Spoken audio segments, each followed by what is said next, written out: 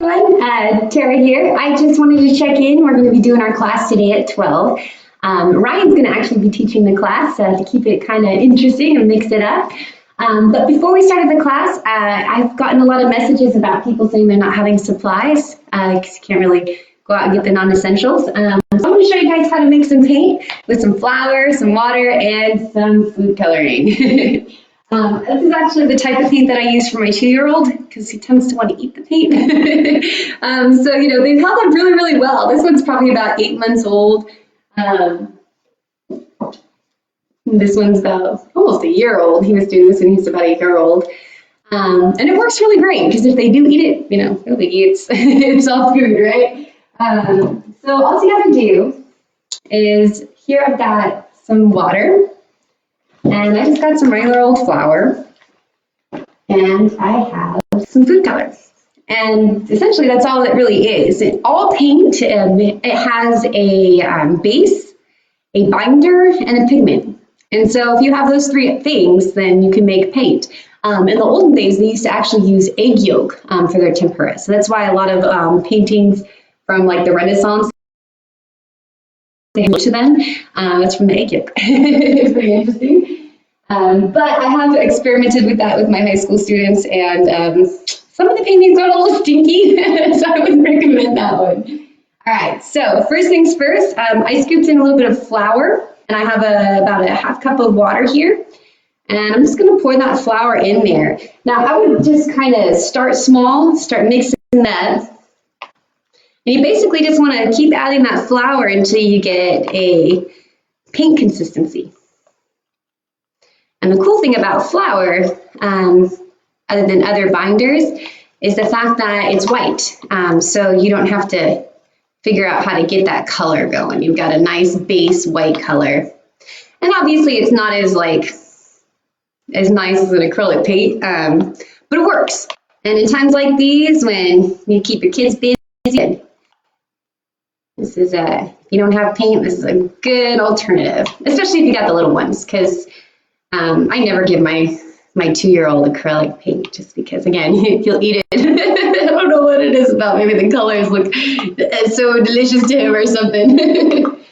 All right, so here we go. We got a nice kind of, now this is a little bit watery if you can see. So I'm going to add a little bit more flour to it. All right. Now you want it to be able to pour, so you don't want it to be like a paste, because if you have a paste, it's going to be a little bit harder to work with. So it's good if it's somewhat watery, but you want it to have enough that it's going to stick to the canvas, and you just want to work all those clumps out of it.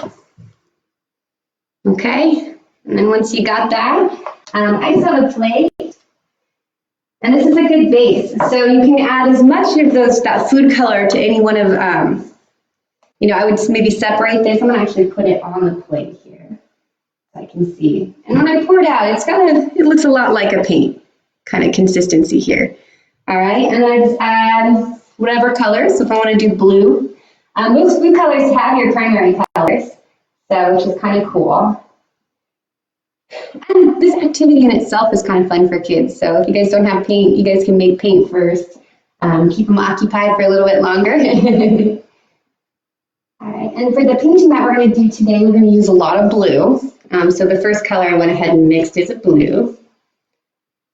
And I put the smallest amount of food color into this flour water mix.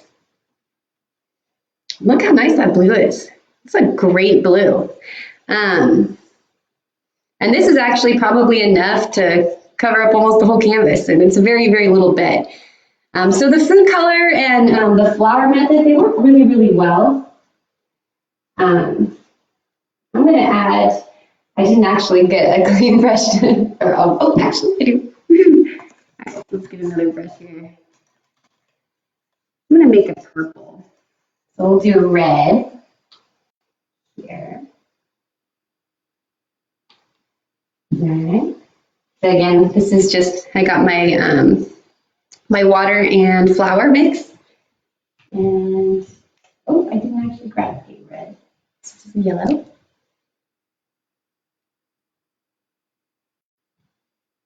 Well, actually, this might be orange. I think my little one switched the cap. All right. Oh no, this is yellow. Okay. Once I blended it out. All right, here we go. He's making cookies with my older boy. He had access to those food colors, but he's good. He got those caps right. All right, so then I have a nice yellow here.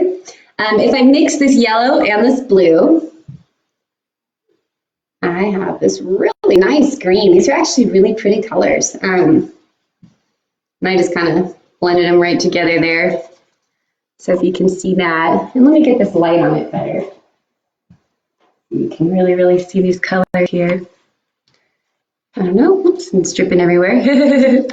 So I got a yellow, a blue, and a green now. And as long as you have, like, again, if you've got, wish I could get a better view for you guys about the phone. Here, let's see here. Let's do that. You guys see that? So we got a nice yellow, blue, and green. And again, if you've got a red, a blue, and a yellow, you can make every color in the world. So just remember that blue and red make purple, yellow and red make orange, all right? And then green is blue and yellow. All right, so you can make all those colors. So just in case you guys don't have paint, because I know materials are really hard right now. And you don't have to use a canvas, especially with this. This is a very thick kind of base paint. The flour will dry kind of almost like a powder. So you can use paper and you can water it down, kind of make it like a watercolor consistency. But yeah, if you guys have any questions, let me know. Ryan will be logging in at 12 o'clock and he will be painting the sunflowers. I'll bring this over so you guys can see it better. So he'll be doing our sunflowers on a starry night. It's a little bit more of a, not that it's an advanced painting, but it's going to take a little bit more time. But anybody can do it. All ages welcome. He's going to take you guys step through step. He's a really, really good instructor. He teaches a lot of the classes that we do in person. So yeah, looking forward to seeing y'all at noon. And again, let me know if you guys have any questions. I'll be checking my email and my Facebook constantly until the class starts. Okay? See you guys later.